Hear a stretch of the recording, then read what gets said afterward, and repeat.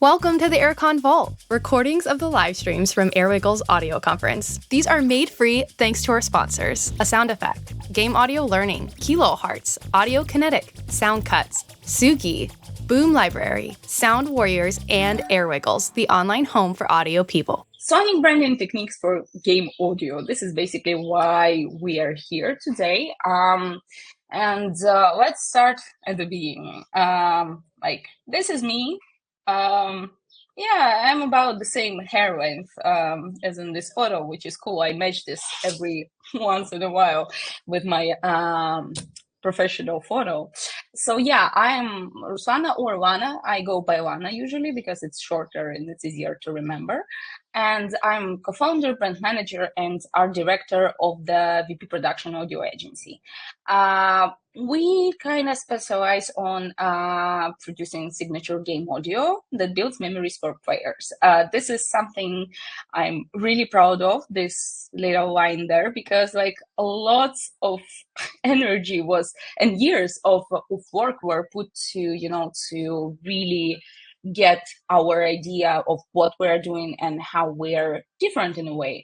And this is really tied up with today's topic, which is sonic branding, audio branding, because I come from marketing background, and this is how this whole idea kind of emerged. Because when I started working like full time in our agency, I was like, I'm really excited and I'm fascinated by branding, and my partner does audio, so it kind of makes perfect sense that we start doing audio branding together.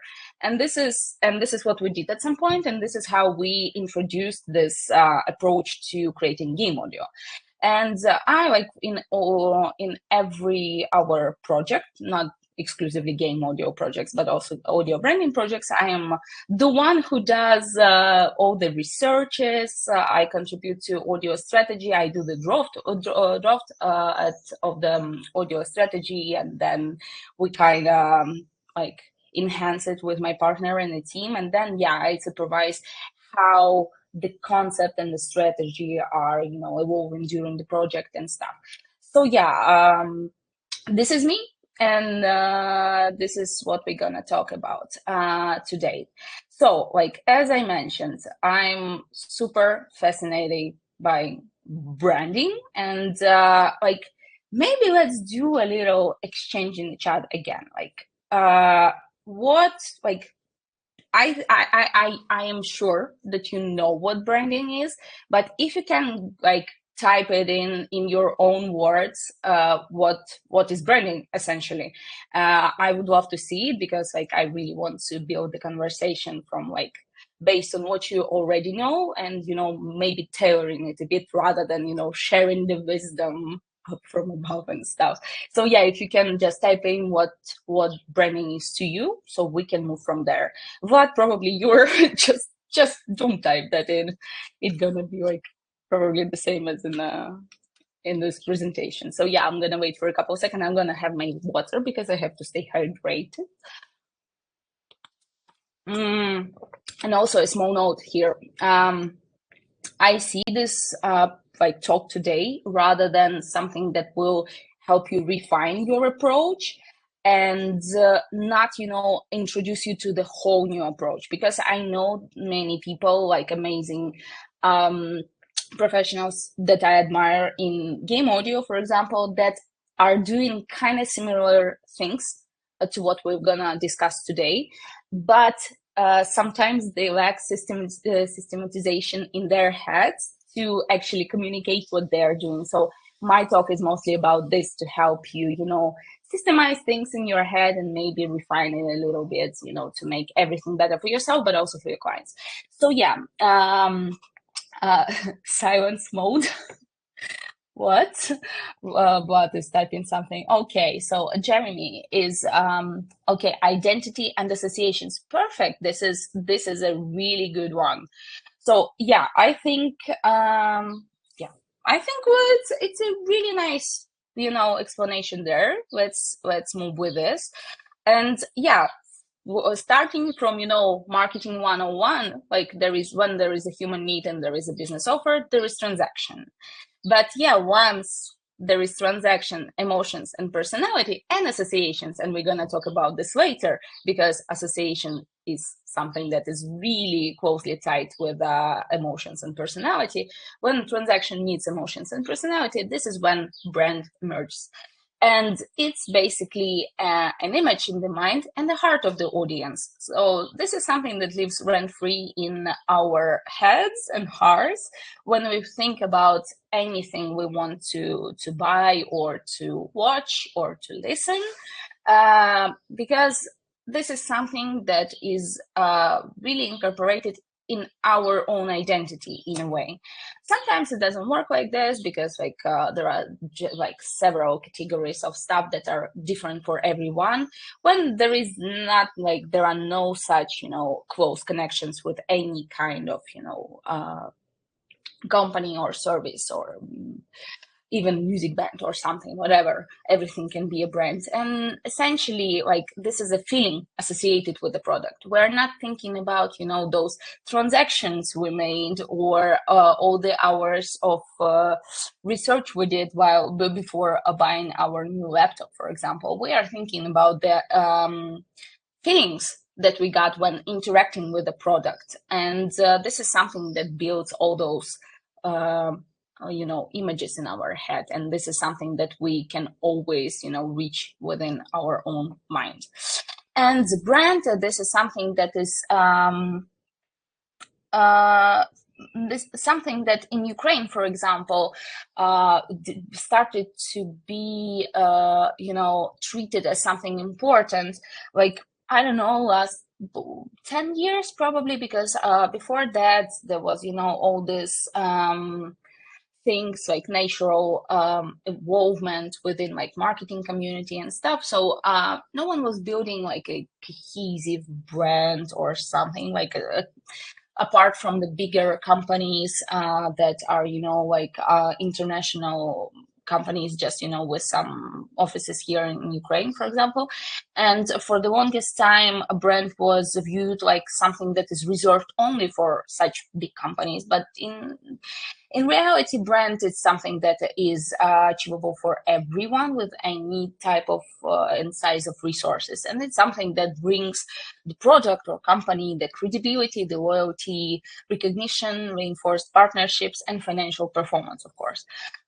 This is what marketing is all about. And branding as a process is a process when one consciously and actively, consciously and actively shapes the product perception. Because the funny thing about branding and brands, that even if you don't do anything, the brand will shape itself. Like, people will shape their own perception of given product or company or stuff. And you never can actually shape it 100% to your own liking, because you never control people's thoughts and emotions, but you can guide them. And if you do this actively and consciously and cohesively enough, like, in the end, it will be falling within the frame like of your wanted results. But even if you don't do the active process of shaping someone's perception, like your audience perception, you will still have some kind of brand around your product. But this comes with lots of risks, because like, when you don't control it, it can go either way, and it can end really poorly with with many bad outcomes. And essentially, what this whole rumble was about is that games are brands these days. Not just these days, but these days it's essential for games to be brands and be treated as brands, because the competition and the turbulence in the industry is high as ever. And the products that can really stand out of the crowd, really bring those emotions and feelings early on for their audiences, shaping this excitement about something, making people wait for them. is something that will give like, you know, a golden ticket for such kind of products. So yeah, and of course, game audio is a branding tool, because like anything else, like my favorite comparison of like, you know, audio within branding, you know, world, like audio branding, sonic branding, is that it's like just a perfect like I don't know, synonymous. It's a perfect allusion to visual branding. It's the same thing, just as companies have their fonts and logos and colors, just as games have their, you know, art direction, characters, color palettes, fonts as well, and logo essentially as well. Like just as those products and companies have those things, it's the same for their audio.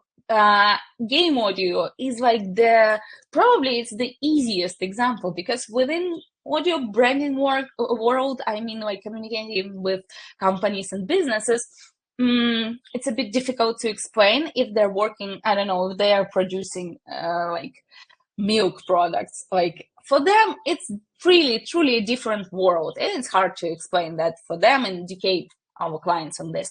But if you're working with games, you know, games are audiovisual medium, which is kind of, yeah, we all know that situation becomes slightly better these days, but sometimes you really need to explain that, you know, like sound doesn't, like it doesn't come second, it doesn't come last. It's actually something that you have to think about early on with the project. And like if you are treating like game audio as a branding tool, if you can educate your clients on this like approach, things might get better. At least this is what happened to us, and I hope like some things we're gonna talk about today will help you too.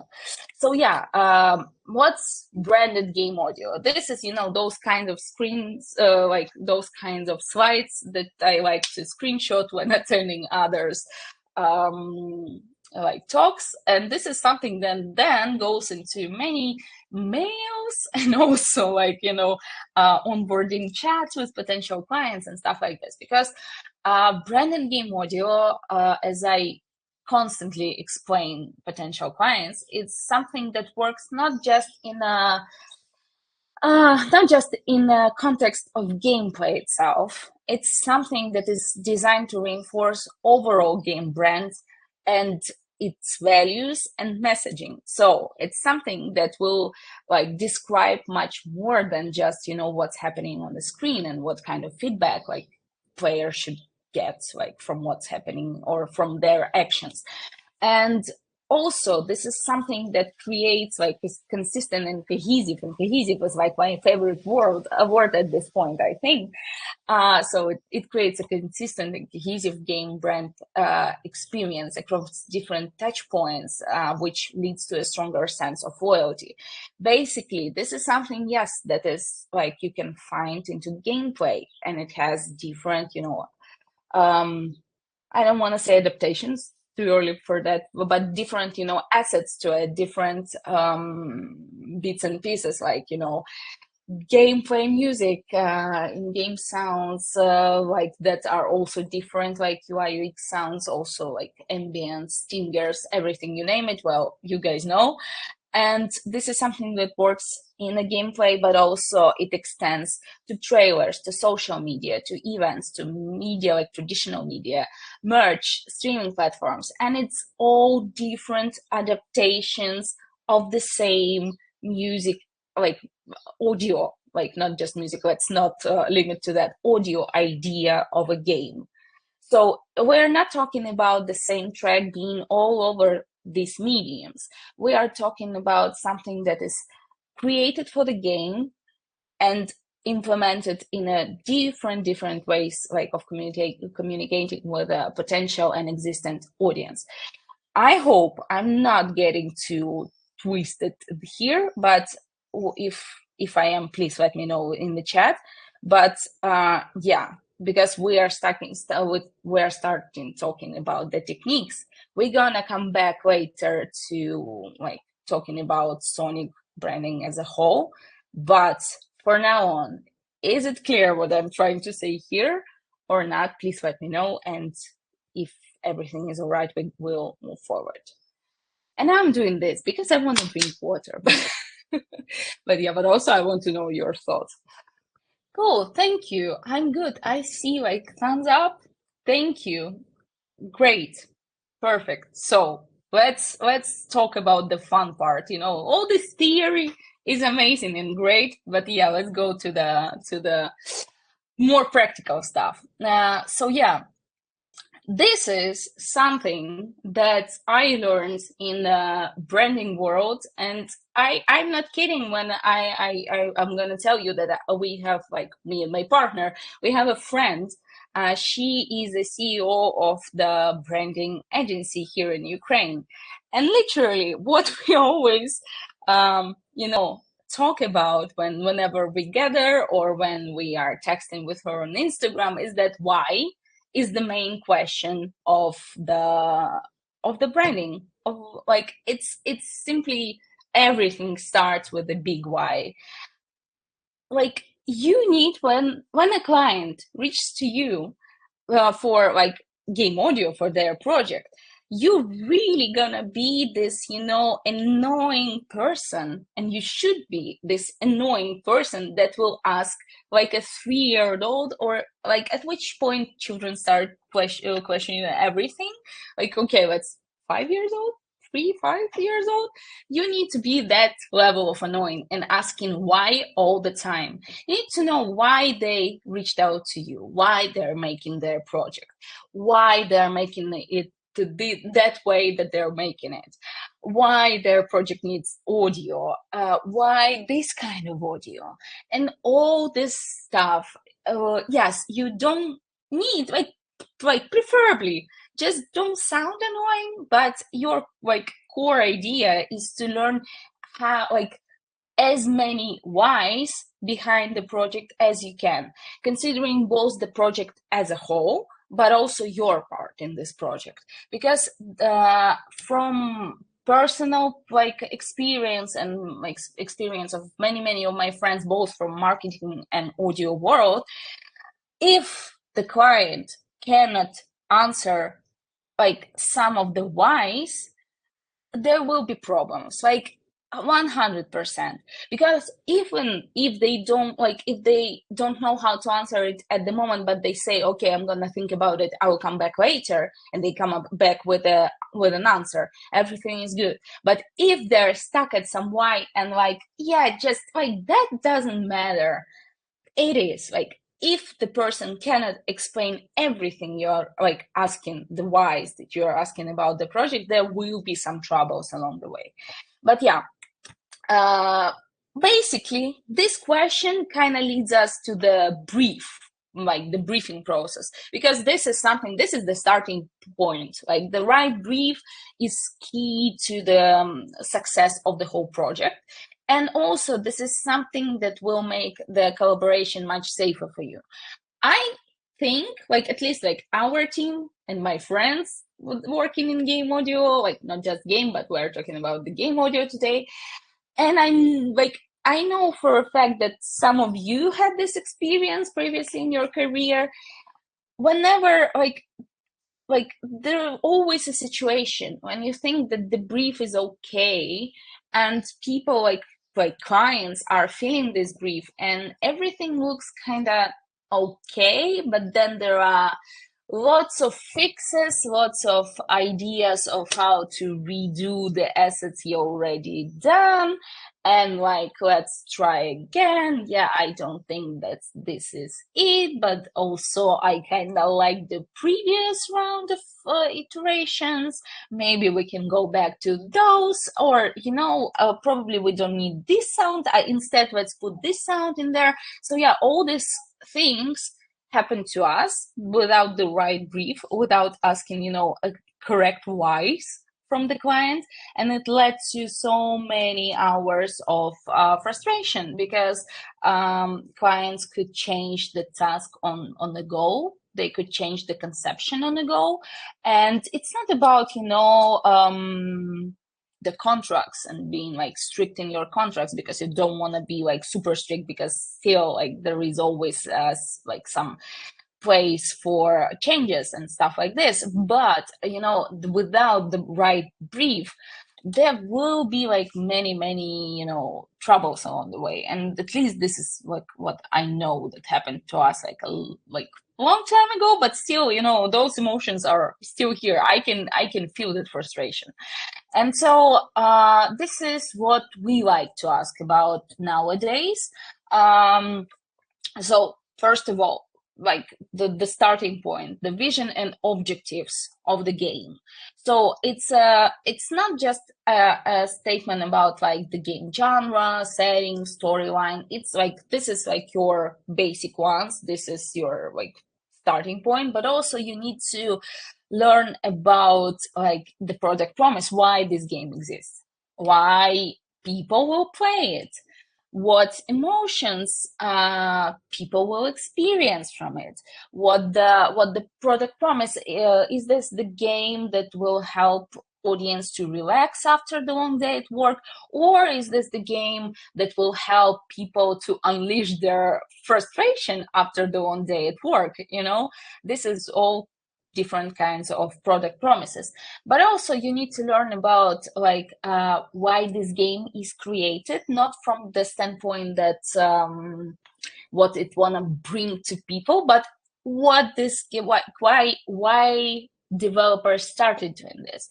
Is this like purely commercial, or they want to have some positive impact? Because like both ways like are okay. Maybe this game is not commercial, but it's like it's serving some social cause, or maybe it's just like an art project. You need to know that early on, and you need to understand it when starting the project. And again, this seems like super like obvious and super like easy, but sometimes there are like, you need to put emphasis on those nuances, so you can clearly see from the get-go like how which direction the project will go.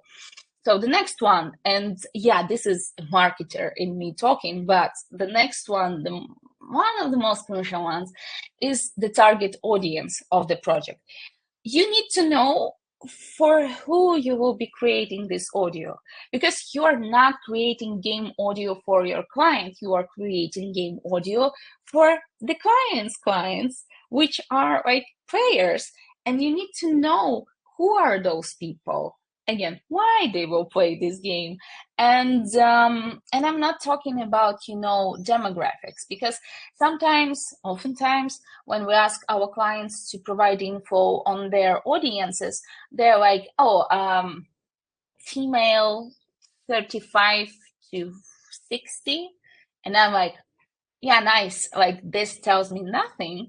Well, maybe if I was to, to launch your target ads, maybe that would help me.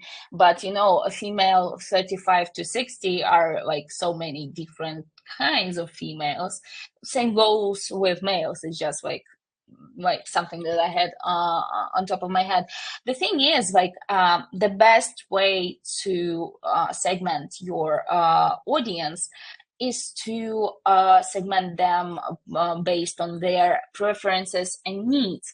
So what you want to know from your client is like, is this the game, for example, for hardcore gamers that are searching, like, again, for a way to unleash like the frustration accumulated from the hard work day, for example?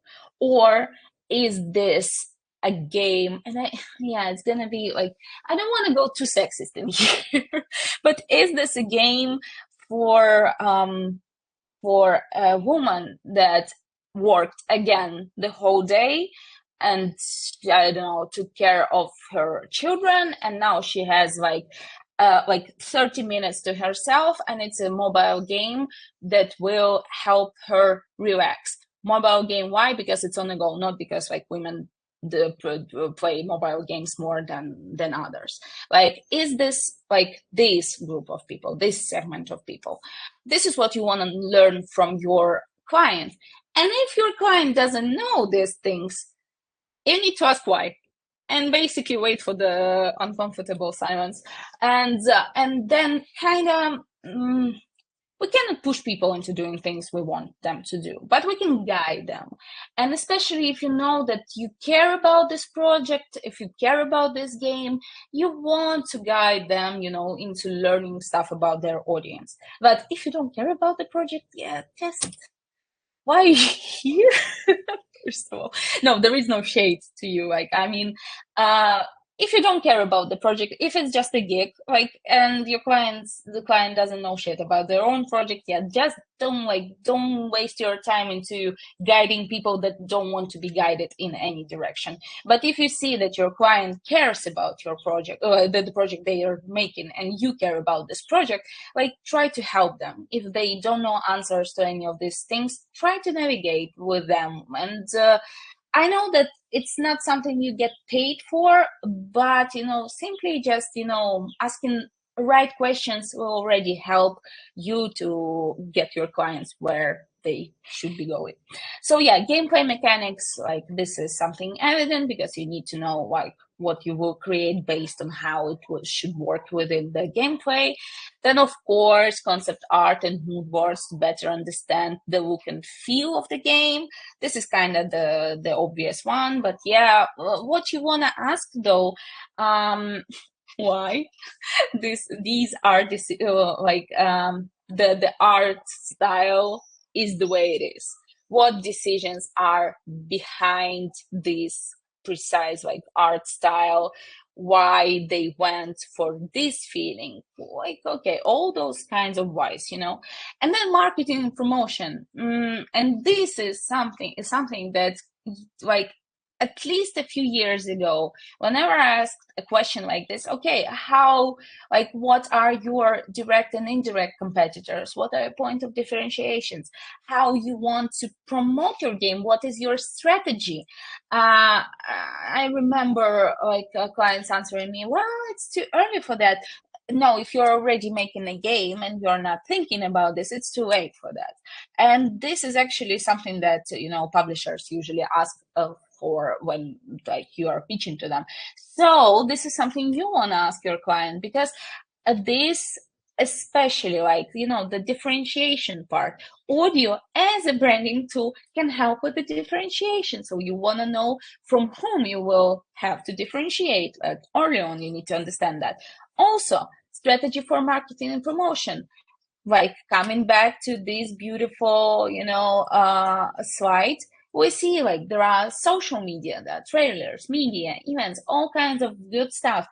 If you know early on what is marketing and promotion of a client can be, you will be building a whole new system like early on in your head. And yeah, and this is how you make the project more logical and effective in the end. So yeah, this is something to put into your brief. And then the technical task.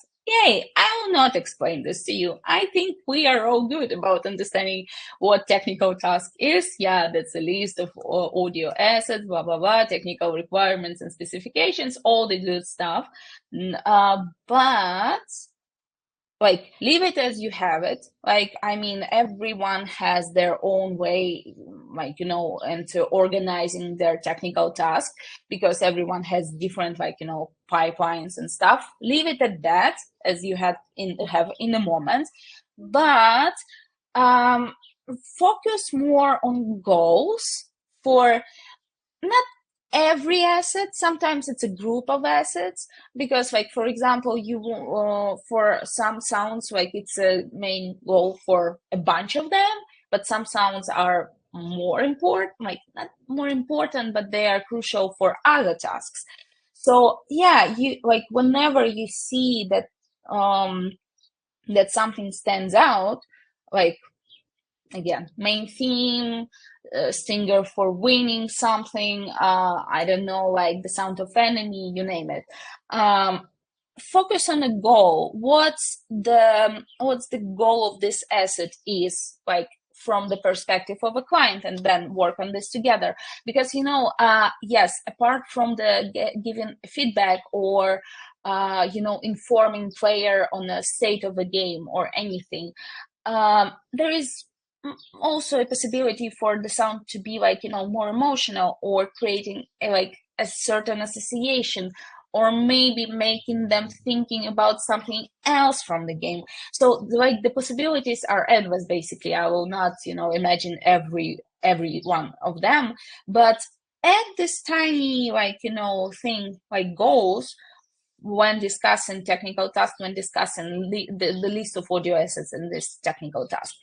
And if the client comes your way with like a technical task they compiled themselves, again, might sound obvious, but always review it. Always try to be helpful for your clients, because sometimes, and I think you know this by now, but sometimes you can say, okay, here we can actually optimize the amount of assets. You don't need as many of those. But from the other hand, in this part, like, we should add some more assets to make the game basically sound better. So yeah, always review, always collaborate on that, always ask why we need those sounds, why you need this sound, why you need that sound. Of course, not for every, I don't know, if there are hundreds of them, don't ask the question why hundreds of times. But yeah, you need to do your homework and basically understand which are the logical, segments of this technical task, and to understand the goal behind every one of those. So in the chat, Ira says that super useful question. I feel like they bring so much clarity to audio professionals and clients too. Thank you. Yeah, this is something that when we started doing this, it became so much easier to understand the whole idea of the project. But also the thing that I forgot to mention, it helps to establish this personal human connection with your client, to understand their project better, to say like, see, we're on the same page, we're co-creating your product together, and I want to understand you, I want to understand your product. So this works, for like in many ways and shapes, and essentially, yeah, I hope this will help. And so, list of references. I am a strong believer that references suck.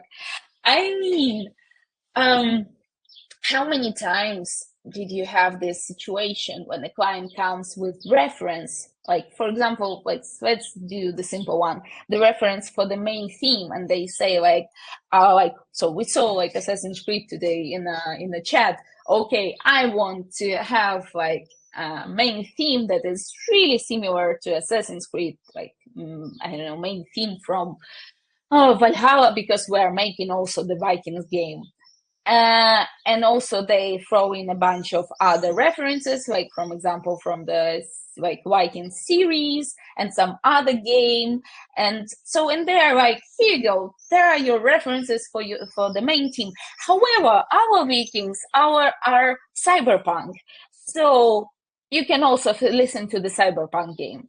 And you're like, okay, and you are trying to make stuff, and then you're kind of create something that might fit, something that is fresh, but also have this hints of the references, and you find, yeah, like, well, I don't like that.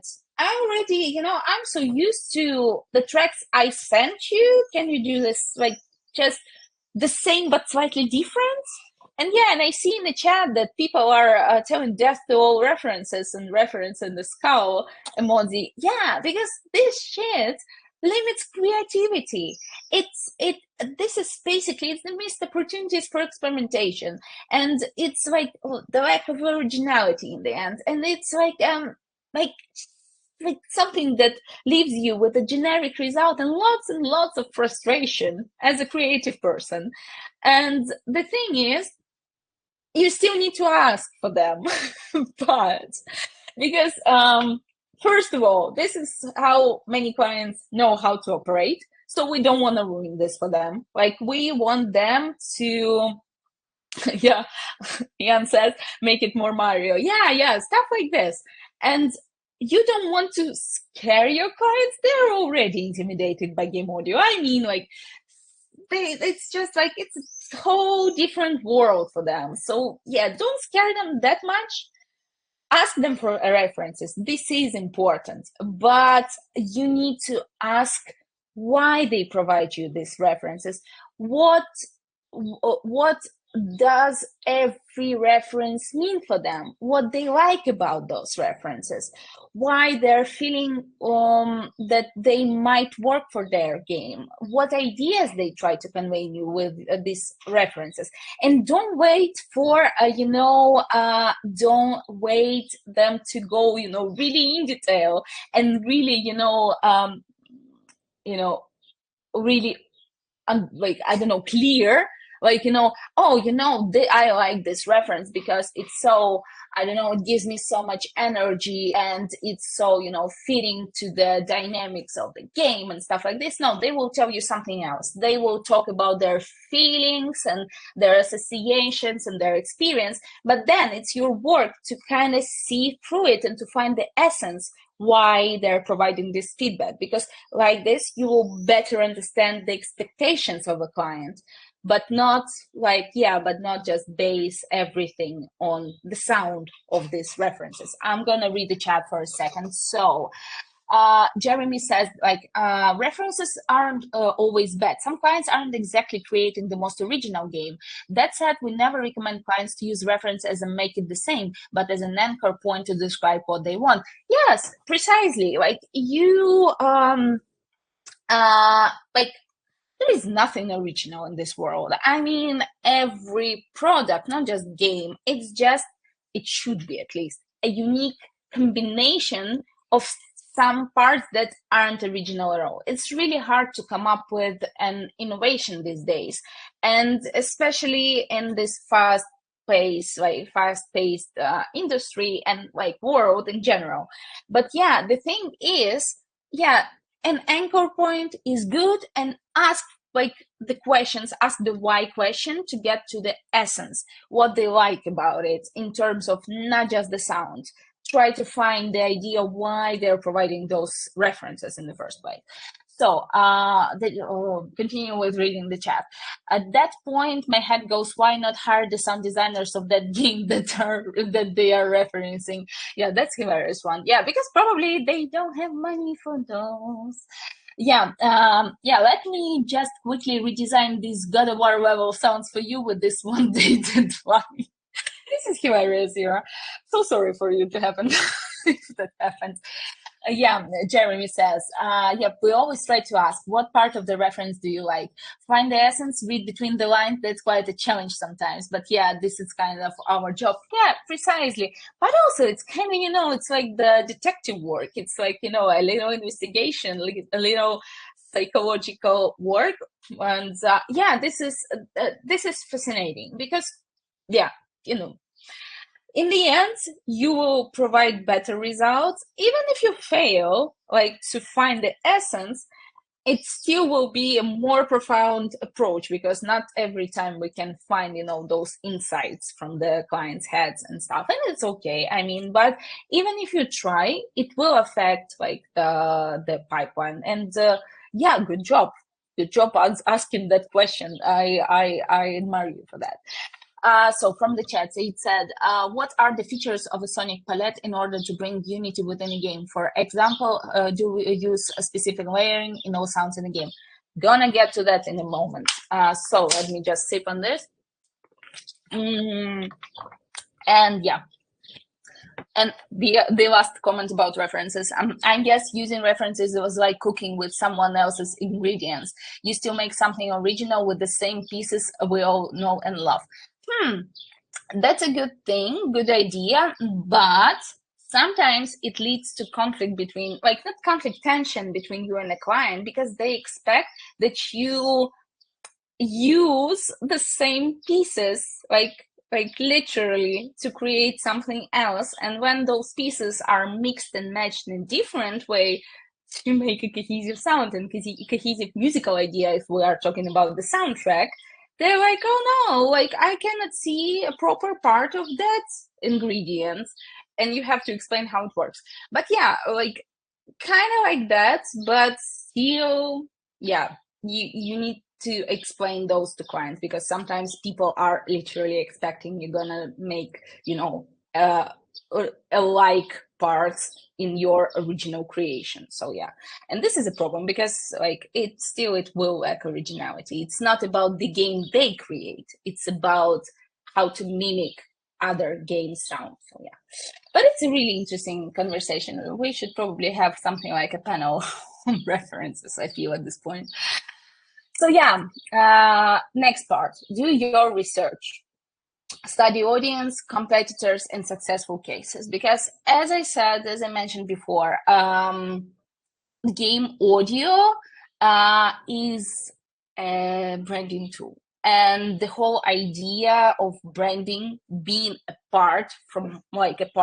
smaller part of marketing is to increase the interest and drive sales of a product. So your product has to stand out from the crowd, like with every possibility it has. And audio is just like the same. So just like, the I don't know, the game says like this is a mix of, two of your favorite games, but we had this specific mechanic that will bring your experience to a whole new level, and this is something that grabs attention and makes audience gravitate toward this game. This is something that audio can provide too, and not by saying this is something that other games sound like, but this is something that maybe audience already love in terms like a music genre or a band or something like this. So to learn how to affect the audience and how to differentiate from the competitors, you need to know how competitors sound. You need to know how successful cases sound.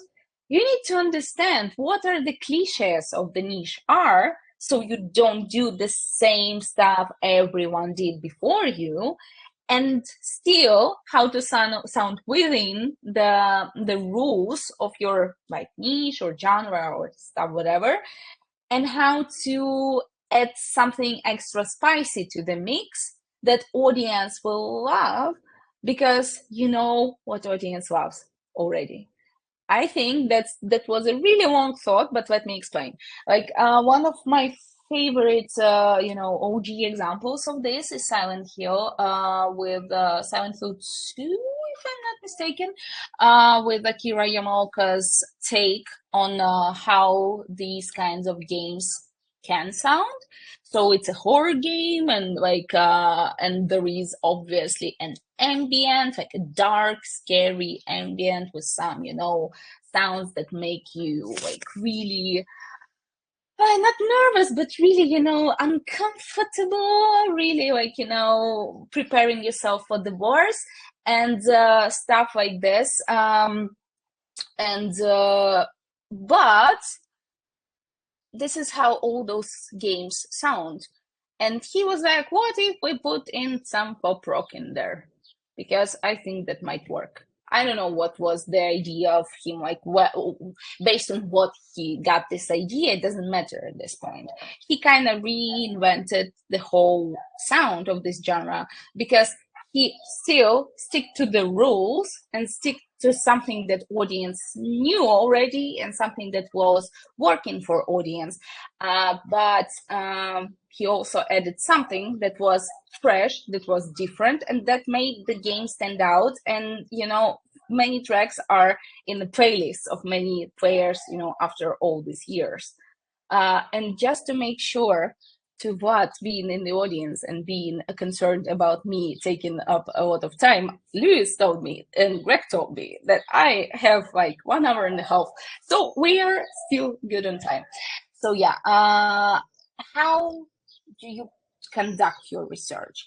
I mean, yes, we can always, hire someone to do that, but I cannot see, our clients at least doing this, because maybe not maybe, like in bigger companies, there are all kinds of, business analytics and stuff, and you can, do some joint researches and things like this. But I can only dream of that. So this is something that I do in our team, and the field research is the most accessible one. You just go out there and scan everything you can. So based on the information provided by the client on what are the direct and indirect competitors, because indirect competitors may be like, if we're talking, for example, for the underwater game, we're not looking just on the same genre of games, because in our case, for example, it was an animal simulator game. We're not taking a look only at the underwater animal simulator games. We're also taking a look on all those cool, underwater games, like an Abzu or stuff like this. So we are looking on those competitors. We are reading their Steam comments. We're searching for the reviews of the sound, both good and bad. We try to find an insight from the audience, what they were expecting, what went wrong, what worked for them, what did not work for them. We're reading social traditional media, whether people are creating something with the musical content, because sometimes, a soundtrack can go viral or not, but people can generate their own content with the content from a game, specifically like audio, like whether it's a distinctive sound or it's a soundtrack or something like this. You can see for the comments there, for the reviews and traditional media, whether the critics liked something or disliked something. You need to gather as much information as possible. Also, go to Discord channels, go anywhere you can actually reach to, go there and try to find what people think about your client's competitors or the best cases in a genre. And like this, you can not only gather the information about the cliches, but also you can gather information about what works for the audience, what does not work, and how to be different in this way.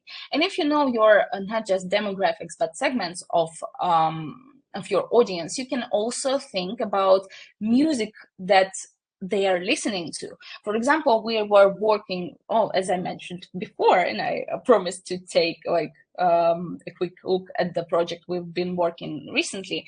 We've been working for creating soundtrack for the Ukrainian fight drone simulator, and this is the first fight drone FPV simulator openly available there. And one of the segments is current military personnel. The other is future recruits, and the third one is of just civilians that are willing to explore the possibility to pilot the fight drone. And for at least two of the segments, but actually for all three of those, the content that they are really used to by this moment are the videos from actual FPV fight drones from the Russian-Ukrainian war, where the music is almost always a funk music. So all those cowbell synths, all this EDM-ish stuff, so they are really used to this sound. This is something that they know. This is something that they like, because many of those videos are created by, people from those audience segments. So we had to add a slight hint to those genres, a slight note of those genres into our soundtrack, because we knew that we don't want to go with the funk entirely for the soundtrack, because it would be too generic, too expected, to just everything else out there. But by understanding what the audience already use and and sees as a content, as a similar content, and it's not the direct competitors, we were okay, we're gonna add this element and that element, because this is something that they know, this is something that they like. So yeah, the possibilities are endless. You just need to understand what to look for. And most of the time, it's the preference of the audience and how something worked and did not work within your competitors. So yeah, let's systemize everything that we gathered up to this point. So we had a brief, we had a technical task, we had references, and we did our research. Now it's time for an audio concept. And this is audio concept is basically a part of GDD. And talking with so many game developers, especially indies, the GDD barely has any information on audio. In most cases, it's either the list of the references or it's a technical part of of implementation of the audio in a game. But actually, yes, technical implementation is an important thing for audio concept, of course, and this is something that you work closely together with a client. But actually creating audio concept is an active collaborative process with your client. This is something when you already are gathering together and discuss your thoughts on the creative vector of your sound development, like audio development. This is something that you want to do and make sure you're on the same page with your client before even opening the DAW for creating something like literal sounds or audio for a game, any kind of audio. So yeah, audio concept, you start creating this based on all the information you got from the client, from the research, from anything. You start, of course, with the theme and atmosphere of your audio, based on the game genre, setting, storyline, art style, whatever, and especially the overall feel of the game and the product promise we talked before. You need to say okay, this is the main theme and atmosphere, this is the main feelings I'm going for when creating audio for this game.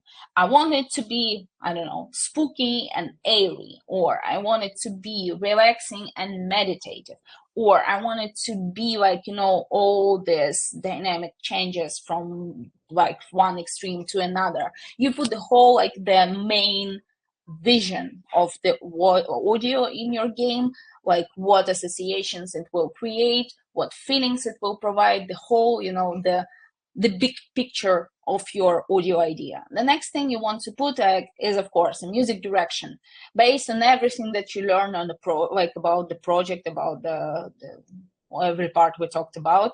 You need to come up with a genre of music, what instruments will be featured in the music, what mood it has, pacing, etc. Every music element you want to describe as many of them as possible to give. Yes, of course, it's a hypothesis. It's not yet in a creation. You need to think about, you need to describe your initial idea. Of course, it will change at some point, or maybe just slightly, or it will change, more drastically. But you need to come up with all the elements, all the musical elements for your music direction, and explain why they are there.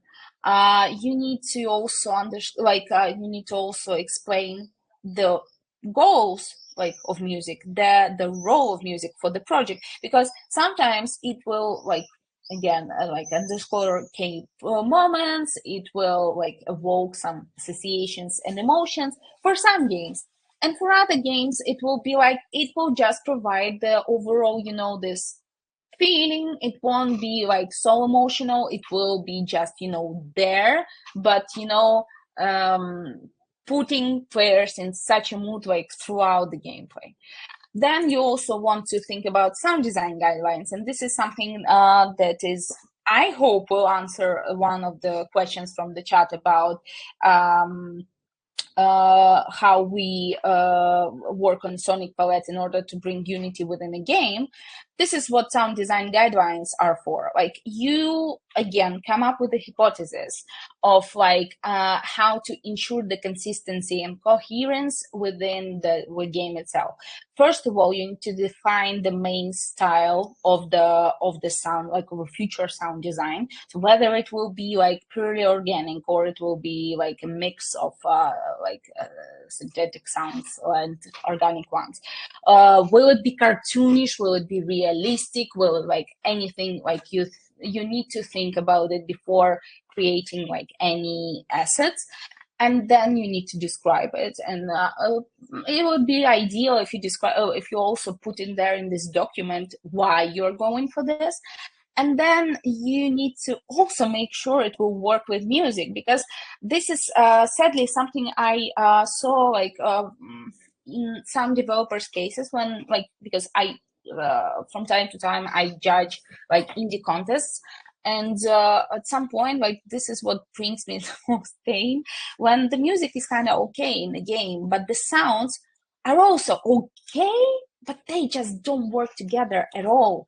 Like, it's the, like, this dissonance between like even the timbres, the harmonies there, and all this stuff, and it just like, it would work separately, but when mixing together, it lacks the like this consistency.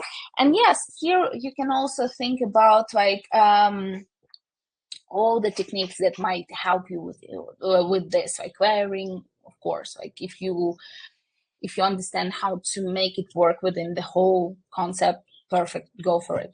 Like narrative integration, I won't go like too much in detail, but it should be there. Like here we can talk about like the voiceovers, we can talk about some environmental storytelling techniques.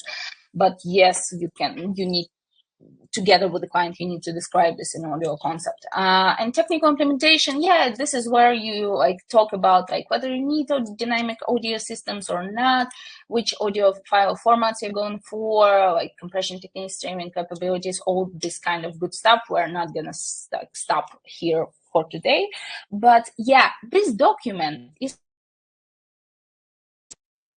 like provide you with the clear vision early on. This is something that you can work early on with the client to match even more your creative visions, to agree like to agree on what you are creating together.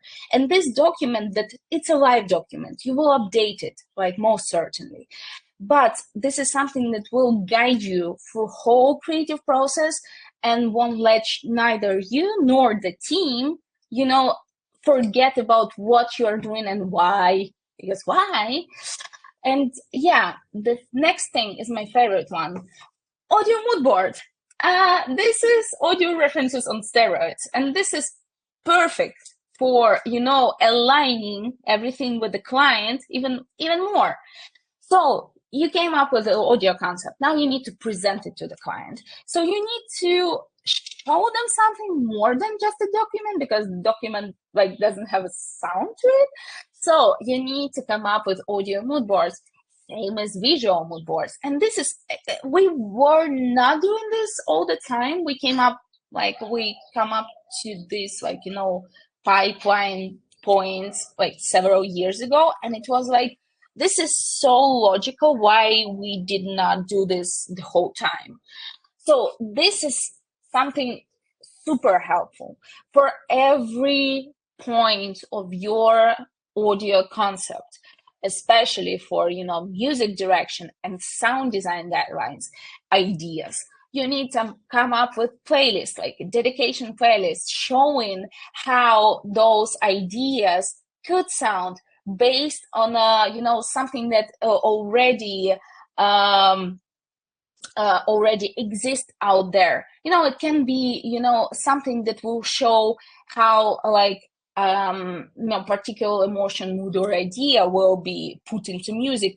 Or if you are going for the bold cello in there, like you find, I don't know, like a part where there is a bold cello, and you go like, this is how I want to make it sound. Not like your classic one. I want it like with an attack. I want it to be super loud. I want it to be like this.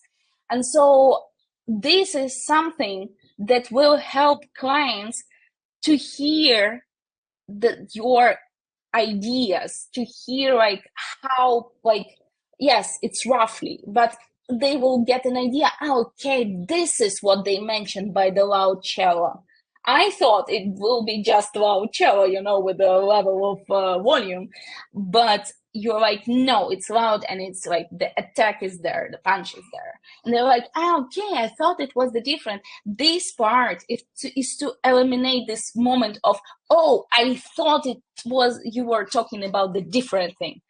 And while having, the listening party, when, like, because you need to listen to audio mood boards together with the clients, when listening to it, you will have all those kinds of conversation that again will ensure you an early shared understanding of the vision before you create demos.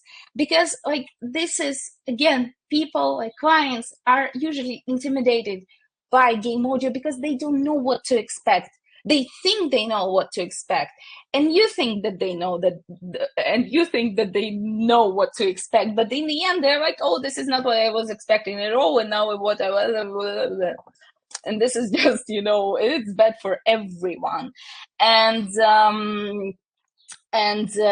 yeah, and the thing is, you need to listen it together, and then the client will go, okay, this one I really like, this one I don't feel like it will feed our game, because always ask why. Okay, why do you think this? And they go, for example, the pace is too fast, I think we want to provide a more chill experience. And then you will end up with positive and negative references, and then like finally you will discuss everything. You will be, okay, this is what we are creating, we updated the audio concept, we have all these references, we are discussing, we're like, we are good, we're on the same page, and you can finally create audio. Yes, we're 1 hour in this discussion, and this is when you are creating audio. And yes, the pre-production stage that covers all these things that we create, like we discussed today, and the pre-production stage that is highly packed with those like audio branding techniques, because for audio branding, the pre-production stage is probably the biggest one. And for game audio, in this case, it can be also the biggest one. But then everything goes easily and smoothly and more predictable, eliminating most of the, all this, tension between you and clients, most of the confusion between you and client. And yeah, like, get the job done, create those demos, and also like create multiple ones, not just to to provide client with options, but to like avoid favoritism within you, first of all. Because if you create something like one option of something, you will protect it as it was your child, because you created it. You are so now tightly connected with it. And even if it's not perfect, even if it's not conveying the emotion you want to create, most of the time you will get overly protective of it, and you will lose your objective, point of view. So create multiple demos. Create multiple demos for the main theme, or if you're starting with a gameplay theme, you like any like music theme you are starting first, create multiple options. Explore that audio concept in various options. Yes, it can vary, the quantity will vary up to you. I don't mean like you need to create 10 of those, but create multiple of those. Experiment. You are not limited. You have a frame, you have a creative frame, but you are not limited. Get those like experiments done. Explore the ways you can convey this audio concept, and like this you give client an opportunity to see and hear how it can work. And for you, you are eliminating this favoritism. You are not protective of any of those demos. Like, those are your children. And the thing is, it will provide a more unique result, because you will explore, because any concept can be embodied in audio in so many ways, and I think you know that. And so yeah, perfectly, you need to test everything as early as you can, as late, if you cannot do this early enough, you need to test with your client everything, like not preferably everything you created, but if not, some like crucial points maybe as a main theme, or okay, just conduct like playtest when you already have a bunch of like audio assets in it. Or yes, if it's a playtest like of a like later stage of a game, but you need to tell and indicate your clients that they need to test audio in their game. They need to see how audience reacted. They need to understand like whether it works for audio, because you're not doing like, you're not creating game audio for your clients, you're creating it for their audience. So it all boils down to whether audio works for audience or it does not. Finally, we are here. Like, to sum up, like, treat audio as a branding tool. Like, we talked about this a lot. It's, you need to educate your clients that it's much more, it can be much more than just a part of gameplay, than just creating an atmosphere for the game. It's something that can work across all the, touch points. It's something that can go transmedia. Brief is key. You need to get all those questions asked. You need to like ask as many whys as possible. You do this for the sake of clients, but also for the sake of yourself, to make your collaboration more safer for you, but also more predictable, and eliminate many changes and fixes in future. You need to pay attention to technical tasks, like review the one the client sends you if they send it to you, and also like put an emphasis on goals for specific audio assets or group of audio assets.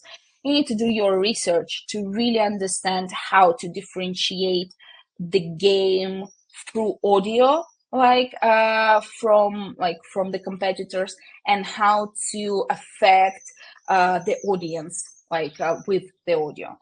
You need to create a concept to make this early on understanding with the client before opening the DAW, and you need to create audio mood boards to show them how this audio concept will work. And then you need to create options and preferably test them to see how everything works together. And I will wrap this up by saying that here's to more iconic audio. I hope this was helpful, and thank you for sticking with me for this hour. And thank you so much, for your thank yous. And Jeremy shared the really great points and also validation. I'm really glad that you found the validation, because this is something that I look for in so many talks as well, to see that my approach, my ideas, our approach is valid, and people do similar stuff and it works for them. So also I have another question in the chat. Is sound design similar for games with the same visual aesthetic? If you don't mind me asking, can I use this method for personal referencing? I did not understand the part with the method for personal referencing, but if you're talking about what we discussed today, then sure, you can, of course, you can use it. For the games with similar aesthetics, it can be if you don't feel like getting too creative, if the client doesn't want you to get too creative. But I would like, what we do usually, even if it's similar, we want to add a little extra something on top. Just you can go as bold or as subtle as you want to, but we always try to add something that will define that this game is quite different. But it all depends. Unfortunately, even in our current practice with our pipeline, sound design can get neglected, from the creative perspective. Sometimes it's purely utilitary, and this is something like That might change, but also in some cases, there is no point into, talking clients into changing that approach, unfortunately. But I know, like, it depends on genre. Sometimes with similar aesthetics, but in some genres, it's crucial to go for something like more unique in a way. Yeah, so it all depends on case, like a specific case you are talking about. But yeah, if you can and you think that it will work for audience to create something more unique, you should definitely go for that. Thank you for your thank yous. And there is also shout out that it was just the person needed right now. I'm really glad that I could provide it for you. This was a very nice talk. Thank you. In the references part, I was laughing out of the frustration due to the similarities. Yeah, I know, this is the shared pain. Yeah, and this is why I love to, like, it's my first like full-fledged talk for audio community. And yeah, this is something that I was missing. But when I talk about this, I sometimes I talk about, like, some points are the same when I'm talking for the game developers, audience, and there are usually some audio people in there, and I see this on their faces. They're like, yes, this is something that we experience a lot, and this is the pain. And and then our potential clients, they're like, oh, we never thought it was a problem. And I'm like, yeah, guys, this is kind of a problem, but yeah, we can change it together. And I see how the appreciation, the understanding of of importance of game audio, evolves through these years. And I recently attended the student conference at Gotland in Sweden, and the student projects like first, second year, and master's projects. And most of the teams had sound designers or composers, or both, and they created like decent audio for the games. They had like 10 weeks to create, and some of us, there was of course like best audio category, and the game that won it was so nicely done. And I'm so happy because some time ago, not all indie games had this approach, and not even mentioning the student projects. And right now, the bar is getting higher, and I'm super happy to see that. Thais says, we can feel how passionate you are. You've been so insightful. Thank you so much. Thank you for the kind words, and really thank you for sticking with me for a whole hour, even more than that. I was thinking it will be much shorter, but I kind of went with the flow, and I'm truly happy that it was insightful for you, and I hope I got you a little bit of energy for finishing the Friday and have a good weekend.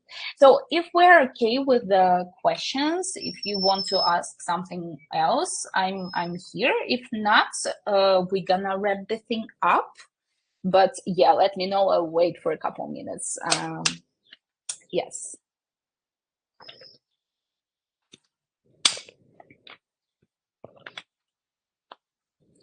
Yeah, thank you for all the kind words. I'm blushing right now. No, I think this is probably my best online talk in terms of the engagement of the audience, and we still have time. And yeah, okay, I see two more questions. Let's start with the thread with questions. Yeah, how do you deal with non-communicative clients, especially if they post a horror action theme and an animal comedy cartoon on the references, and their response is it is all written in the brief? I am privileged enough to not work with that kind of people, because if people, like, this is one, like, we have our standards for clients, and if they are not open for communication, we tend to drop them as the clients. But I think that the approach I described today, starting early on, asking questions, and get maybe more personal, go on a call, like video call, and try to establish a human connection, and maybe not be too pushy, but describe ideas, ask the questions, maybe address your concerns and stuff like this. Try to like pull the human part out of them. Maybe this might help. If not, and if you have like a possibility, and I know that it's a really hard financial times, I'm there as well, but if you can afford to drop the project. It doesn't worth your time and creative energy. If you cannot drop this project, just go with the flow. I mean, you will end up creating something decent, I'm sure. Just try to make it as businessy as possible. Try to work with small iterations to eliminate any kind of, of overdoing the same thing many times, the big thing. So yeah, small steps, lots of, communication, and maybe, and you will definitely get somewhere on an okay result. That would be my answer. The next question is that trailer sound design and music are often very different from how the game actually sounds like. For example, like orchestral music versus the remix of a popular song. Understandably, selling the emotion in a short period of time can require different tools. In some places I worked at, this could create some tension between marketing and the audio department, as the latter often felt that work is misrepresented. Two questions. A, how would you ensure that the promotional materials is on brand, same as in the game audio, and how far do you think it's okay to deviate from the game? B, do you have any suggestions on how to reduce tension like described?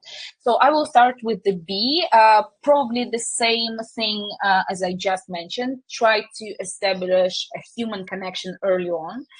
And yeah, we had attention like this with the marketing team on audio branding projects. So this is definitely a thing for game audio as well. For us, it's we are again in a privileged position. We usually start working on the project early on before the marketing team, so we kind of make our own rules there, and when establishing this collaborative connection with marketing team, we go like, okay, this is how we see this. We are open to ideas, but yeah, again, it should fall under this umbrella of of the main Sonic ideas. So answering the question A, how would you ensure that promotional materials is on brand, same as the in-game audio, and how far do you think it's okay to deviate from the game? I will start from audio branding perspective. It's okay to have different, like, not the adaptation of the whole Sonic brand you have for your product. It might be like a supervised music, like a licensed one. I mean, like a popular track, remix of a popular track, but it should again fall under the same umbrella, at least within some points described in your audio concept, such as like music direction part. So you need to make sure like different aspects, like for example, instrumentation, the overall mood, the pacing and stuff are somewhat similar to what's represented in a game. And if you can collaborate with the marketing team on terms that you will create adaptations for promotion materials, this is the best. But if not, you can do the mix. For example, you can agree that let's go with TikTok. You can use some, popular music that falls within the category like of genre or instrumentation or whatever. But you can also, like, you agree that we're using the licensed music, but we also do some, materials using our own adaptations, and you mix and match, so you kind of create the whole like cohesive experience. I hope that answers your question. If not, like if you still have questions, if you want to chat more, please ping me here on Air Vigos. And yeah, I'm gonna wrap the thing up. Luis, thank you for kind words. I see this as a signal that I need to come back and end the stream. Thank you all. Thank you for all the questions. Thank you for engaging with me. It was truly an amazing experience. Thank you, Luis and Greg, for having me today. And yeah, take care, everyone, and hopefully see you later. Bye-bye.